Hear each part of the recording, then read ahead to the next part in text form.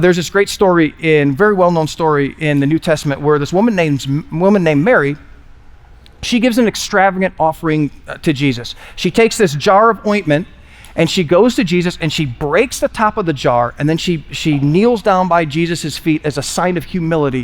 And it's this beautiful scene, and she just dumps that jar of ointment, which is worth a year's salary, all over her feet. All over his feet. Now, why would Mary do such a thing and bring such an extravagant offering to Jesus?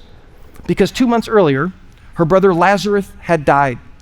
And Jesus came, and he has a conversation with Mary, and then he goes to the tomb, and he says, "Hey, Lazarus, come out."